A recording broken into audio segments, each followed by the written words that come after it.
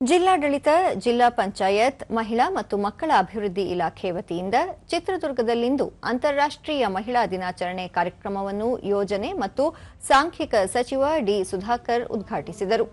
ಈ ವೇಳೆ ಶಾಸಕ ರಘುಮೂರ್ತಿ, ರಾಜ್ಯ ಸಫಾಯಿ ಕರ್ಮಚಾರಿಗಳ ಆಯೋಗದ ಅಧ್ಯಕ್ಷ ಸಿ. ರಘು, ಆದಿಜಾಂಬವ ಅಭಿವೃದ್ಧಿ ನಿಗಮದ ಅಧ್ಯಕ್ಷ ಜಿಎಸ್. ಮಂಜುನಾಥ್, ಜಿಲ್ಲಾ ಖಾತರಿ ಅನುಷ್ಠಾನ ಪ್ರಾಧಿಕಾರದ ಅಧ್ಯಕ್ಷ ಆರ್. ಶಿವಣ್ಣ, ಅಪರ ಜಿಲ್ಲಾಧಿಕಾರಿ ಬಿಟಿ ಕುಮಾರಸ್ವಾಮಿ, ಮಹಿಳಾ ಮತ್ತು ಮಕ್ಕಳ ಅಭಿವೃದ್ಧಿ ಇಲಾಖೆ ಉಪನಿರ್ದೇಶಕ ಕೆಎಚ್. ವಿಜಯಕುಮಾರ್ ಸೇರಿದಂತೆ ಹಲವರು ಉಪಸ್ಥಿತರಿದ್ದರು. ಇದೇ ವೇಳೆ ಪೌರ ಕಾರ್ಮಿಕರನ್ನು ಸನ್ಮಾನಿಸಲಾಯಿತು. ಅಸಾಧಾರಣ ಸಾಧನೆ ಮಾಡಿದ ಮಕ್ಕಳಿಗೆ ಪ್ರಶಸ್ತಿ ನೀಡಿ ಪುರಸ್ಕರಿಸಲಾಯಿತು.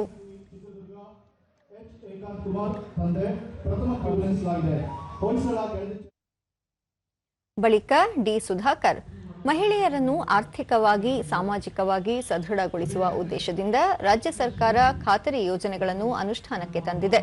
ಗೃಹಲಕ್ಷ್ಮಿ, ಗೃಹಜ್ಯೋತಿ ಸೇರಿದಂತೆ ವಿವಿಧ ಯೋಜನೆಗಳಿಂದ ಮಹಿಳೆಯರಲ್ಲಿ ಆತ್ಮವಿಶ್ವಾಸ ಹೆಚ್ಚಾಗಿದೆ. ಮಹಿಳೆಯರ ಕಲ್ಯಾಣಕ್ಕಾಗಿ ರಾಜ್ಯ ಸರ್ಕಾರ ಹಲವು ಕಾರ್ಯಕ್ರಮಗಳನ್ನು ಘೋಷಿಸಿದ್ದು, ಅವುಗಳ ಸದುಪಯೋಗ ಪಡೆದುಕೊಳ್ಳಬೇಕು ಎಂದರು.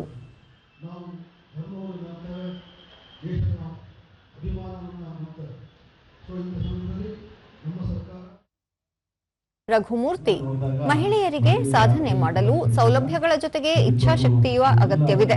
ಮಹಿಳೆಯರಿಗೆ ಶಿಕ್ಷಣ ದೊರೆತಾಗ ಇಡೀ ಕುಟುಂಬಕ್ಕೆ ಶಕ್ತಿ ಬರಲಿದೆ ಎಂದು ತಿಳಿಸಿದರು. ತಾಯಿ